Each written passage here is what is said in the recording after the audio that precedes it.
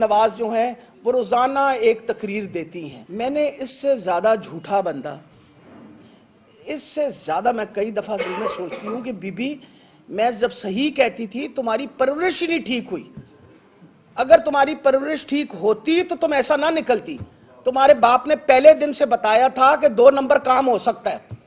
تم بھولنا مت، جب تمہارا داخلہ ہو رہا تھا نا کینیڈ کالج میں، تو تب بھی تم نے یہی کام کیا تھا. ابا جی میرا داخلہ کرا دو. تو ابا جی نے جب کہا کہ جی، انہوں نے کہا جی نمبر کم ہے، تو انہوں نے کہا جی پرنسپل کو ہٹا دو. مطلب یہی کام کر سکتے تھے نا. انہوں نے پرنسپل کو ہٹا دیا. وہ سارا کینیڈ کالج جو ہے سڑک کے اوپر آ گیا. ان کو کہہ ریفیوٹ کرے، انکار کرے اس بات سے جو میں بات کر رہی ہوں. سارا آ گیا. انہوں نے مسز فیلبوس تھی اس زمانے میں، پرنسپل کو واپس رکھا گیا.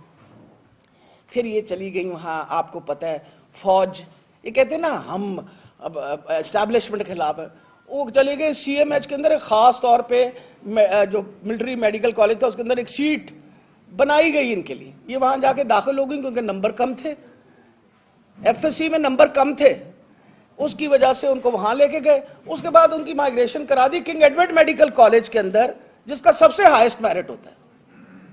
بی بی وہاں پہنچ گئی. میں تو اس زمانے میں پڑھاتی تھی وہاں، کلاسیں اٹینڈ نہیں کرتی تھیں. داخلہ جانے سے انکار کر دیا. انہوں نے کہا داخلہ نہیں بھیجنا کیونکہ ان کی اٹینڈنس پوری نہیں ہے.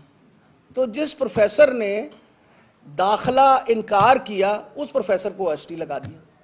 تو وہ تو بیچاری پہلے دن سے اس کو پتا ہے کہ میں ابا جی کو کہوں گی تو میرے ابا جی نے یہ بھی کر دینا اور یہ بھی کر دینا. بی بی ایسا کام نہیں ہوگا. تم پہلے اپنے آپ کو اس سے ڈھکوسلے سے نکالو. ہم حکمران خاندان، پورے پاکستان کو پتا چل گیا ہے کہ آپ چوروں کا خاندان ہو، آپ ڈکیتوں کا خاندان ہو. سارے پاکستان کو پتا ہے کہ آپ نے پاکستان کو لوٹ کھایا ہے. پاناما لیکس ہماری لیکس نہیں تھی، کنسورشیم آف جرنلسٹ نے نکالی تھی. جاؤ جا کے ان کے اوپر جا کے کیس کرو. کیوں نہیں کرتے؟ کیونکہ ساری دنیا میں تم لوگ بدنام ہو، اور ساری دنیا کی بدنامی ہمیں کہ جی ہمارا لیڈر، یہ جو پاکستان کا جو وہ پرائم منسٹر ہے وہ سب سے بڑا چور ہے.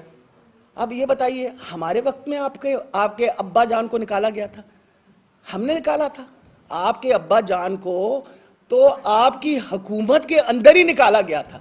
اور ساتھ ہی آپ نے اسحاق ڈار کو جلدی سے وہ اپنا یہ کیا نام ہے، انہوں نے جو ہمارے آج کل ان سے ناراض ہیں، خاقان عباسی صاحب نے جہاز میں بٹھایا اور جلدی سے ان کو ادھر پہنچا دیا. وجہ یہ تھی کہ 2002 کے اندر اپنا اسحاق ڈار صاحب نے آلریڈی، آپ کو پتہ ہے، وعدہ معاف گواہ بنے ہوئے تھے اور انہوں نے باقاعدہ سائن کر دیا تھا حدیبیہ پیپر ملز کا.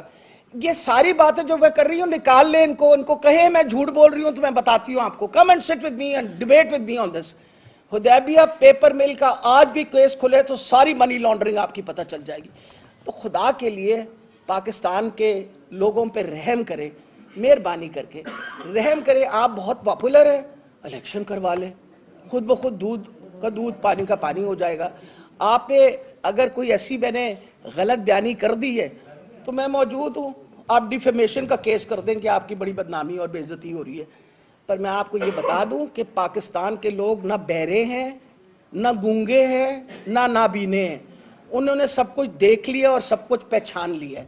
اور یہ آپ نے آسے پاسے جو چھان بورا اکٹھا کیا ہوا ہے نا، اگر آپ کا خیال ہے اس کی وجہ سے آپ سروائیو کر جائیں گے تو بھول جائیں. الیکشن کراؤ، خود ہی پتہ چل جائے گا. آپ پاپولر ہوگے تو الیکٹ ہو جاؤ گے، نہیں پاپولر ہوگے تو دوسری پارٹی الیکٹ ہو جائے گی. پاکستان کی عوام کا یہ حق ہے. آخری، not last but not the least, جو آڈیو لیکس ہے اس کا ہم نے پٹیشن دائر کی ہے. اس پہ ایک آبجیکشن انہوں نے لگائی کہ آپ نے ایویڈنس ہمیں دینا ہے. تو اسی طریقے سے سارے کو ایویڈنس ہے. تسی چلاؤ جڑا سارے ماشاءاللہ جتنے چینل سے انہوں نے چلا میری آڈیو. تو میں نے کہا شاید سنی لی ہوگی کورٹ نے، لیکن اب ہم ان کی طرف بھیج دیتے ہیں. وہ سارا آڈیو جو ہے وہ بھی بھجوا دیں گے. انہوں نے کہا کہ ہمیں آپ ایویڈنس بھجوا دیجئے، وہ بھی بھجوا دیں گے ان کو، تاکہ اس کے بارے میں کچھ شک و شبہ نہ ہو. لیکن یہ میں آپ کو بتا دوں، اس ایجنسی تک میں ضرور پہنچوں گی جس نے یہ آڈیو ٹیپ کیا اور پھر لیک کیا. اور انشاءاللہ انشور کریں گے کہ فیئر ٹرائل 2013 ایکٹ کے مطابق ان کو سزا ملے. میرا خیال ہے خواجہ آصف جو ہے نا، اس کے منہ کو تو ویسے ہی کچھ لگا ہوا ہے. مطلب خواجہ صاحب نے آج تک کبھی کوئی کام دی گل کہی نہیں. لیکن شکر ہے انہوں نے یہ کہ وہ جو انہوں کی کہاوت ہے نا کہ کوئی شرم کرو کوئی حیا کرو، اس سے ہم بڑے خوش ہوتے ہیں، کیونکہ ہم ان کو 10 دفعہ بتا چکے ہیں کہ کوئی شرم کرو کوئی حیا کرو، وجہ ہے کہ تہاڈی لت تے گولی لگے تو میں نے تو اسی دس دینا کہ اگر وہ 3.5 مہینے تو پہلے تہاڈی ہڈی جڑتی ہے یا نہیں جڑتی۔ میں ایز اے ڈاکٹر آپ کو بتا رہی ہوں کہ ہیلنگ پروسیس ٹبیا کا، کیونکہ ٹبیا بون جو ہے آپ کی ویٹ بیئرنگ بون ہے، اس کی ہیلنگ کے اندر وقت لگتا ہے اور ٹائم لگتا ہے۔